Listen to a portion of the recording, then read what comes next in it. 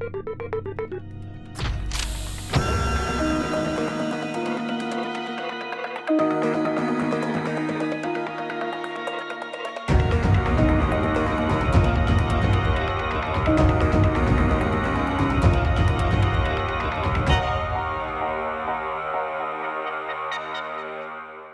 everyone, welcome to BrickVault. Today we've added another 5 new lightsaber hilt models to our ever-growing collection of custom LEGO designs from the builder Louis Meany, aka Built Bricks. We have both of Darth Revan's lightsabers. There's also the massive lightsaber for Darth Malgus, the saber for Starkiller, or known as Galen Marek, as well as Rahm Kota's hilt. The designer Built Bricks is what I like to call the official, unofficial expert on LEGO lightsaber hilt designs, who uses extensive research and expert building techniques to knock out some truly awesome models. The underlying theme behind the launch of these designs is a little less obvious than maybe some of our previous lightsaber videos. If you didn't guess it yet, the theme here is video games, specifically Knights of the Old Republic and The Force Unleashed. Before I jump into each of these builds, first I do want to say that the instructions for all of these hilts and a ton more can be found at our web store, www.brickvault.toys. With each purchase comes the PDF step-by-step guide for building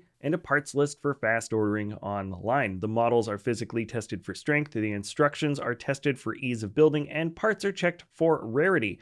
Getting instructions is an excellent way to help support the channel and the talented designers we work with, like Built Bricks. So click the link in the description below if you want to build any of these models, and let's start off with Darth Revan's lightsaber first, or lightsabers, I should say. He's a dual wielder, and one of his blades is purple, so he automatically gets pushed to the front of the line. Okay, since I've started building these lightsabers however many months ago, maybe a year ago, I don't know, I've been waiting to make Revan's purple one. It's such a unique hilt design, and those 3 sharp pointed blades at the top make this thing look like something Sauron might wield if he entered the Star Wars universe. The LEGO design itself is hands down the most efficient and strong lightsaber build in the whole arsenal. Most of the time, these models are naturally built with a series of cylindrical bricks and an axle that runs through the center of them, while this uses long plated assemblies that are cleverly slotted into place with a series of those 3-axled connector hubs on the inside.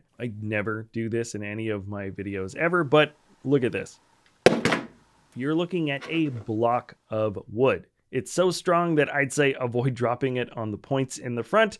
They might chip first before the model actually breaks. And actually, PSA here, don't drop your Lego on purpose ever. That's probably just a good habit to have. The details here look great, and just as strong as the hilt is, it's also the least ergonomic design from any lightsaber. And that's what I mean among lightsabers. The 3 thin curved blades that come out and down the handle tend to flare up in a smaller point right where you'd want the middle of your hand to be, and the thinner area above it isn't really long enough to get your whole hand to wrap around properly anyway. It is accurate, don't get me wrong, it's just a goofy way to design anything that needs to be gripped tightly for fighting. Alright, let's move on now to a much more classic looking lightsaber design. Revan's second lightsaber has the different sized cylinders and a bit of gold or brass towards the top that fall right into place, and it very much reminds me of something like an original Obi-Wan or Luke's second lightsaber. It's a little thicker than those builds with slightly more metallic surfacing, but ultimately a simple, straightforward design that goes right back to the beginning of what lightsabers looked like. It's also kind of fun to see something that looks like an Obi-Wan lightsaber but still have that red Sith blade point at the top, but ultimately this is a pretty straightforward build with a decent amount of strength. And now I just really want to get over to Darth Malgus's hilt next. And you know what? I lied. This is what Sauron's lightsaber would look like if he were a Sith. The big, dark, double-pointed blade looks like something that he would just swing around. It's also huge, by the way. Not just the head, but the handle is incredibly long, and even the pommel at the base is maybe double the next biggest one in our collection. For a point of reference, this is Darth Maul's double-bladed lightsaber, and it's only a couple of centimeters longer here. If all of the hilts looked like this in the original trilogy, I'd understand why the fighting style was so much slower back then. It really does look like you would need 2 hands to wield this thing effectively. The construction is very decent. For each section of the build, I would say they're extremely strong, though there is one particular weak point, and I think that's just due to the big, heavy nature of the different elements that all connect together. If you swing this around like play fighting, the head is liable to fly off. It's totally fine for picking up and displaying and moving around, but this behemoth has a head that will unsuspectingly attack your cat if you're practicing a duel in your room, so you have been warned. All right, let's jump on over to the Force Unleashed now. We're looking at Starkiller's lightsaber, or Galen Marek, being the apprentice of Darth Vader. His hilt is somewhat similar to that design, but in fact, it's actually a lot closer to Anakin's original lightsaber design. Only now the somewhat dirty metallic surfacing has been made with the dark gray pieces instead of light bluish gray. And then probably the most interesting and iconic bit of building here is the exposed kyber crystal in the center. Now, I say Lewis is like the official, unofficial expert. He's also an awesome builder, so he has this cool little extra thing that you can do here. When you press down on the crystal in the center, there's actually a light brick underneath, so the kyber crystal glows when you push it down. I like that when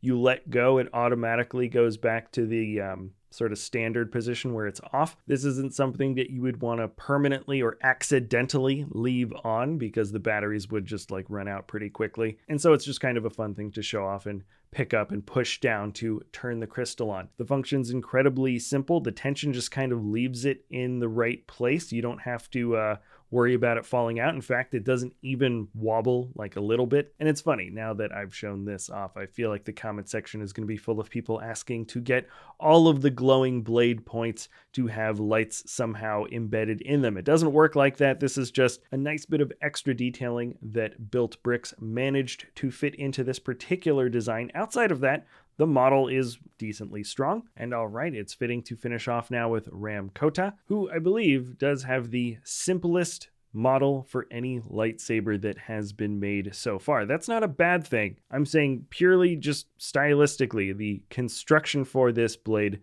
or hilt, I should say, is incredibly simple and straightforward. In fact, I don't even think I really need to explain to you how most of this comes together. It's pretty much all cylinders with a module towards the top that has a slightly wider build, and these little slopes that flare off at the end are kind of like tied thread that comes out on the edge of the lightsaber. The handle itself, being brown, is in universe a leather wrapping, or something that looks like leather wrapped around the base of it. What I like about this saber so much is the simplicity. This really does look like maybe the most ergonomic design that has been made for a lightsaber hilt. It's kind of hard to say. I think Qui-Gon Jinn has some grip detailing that's probably a little better, but ultimately this is just a super basic utilitarian tool, and I absolutely love that there is just one button on this design. It's so funny. There's all these different knobs and buttons, and I don't know, there's always extra mechanical detailing on the outside of a lightsaber, and I never really know why it's there. I suppose there's different settings, or maybe it's for maintenance or tweaking internal technology stuff. But here we go. One big red button on off. There you go. Rahm Kota. He knows how to make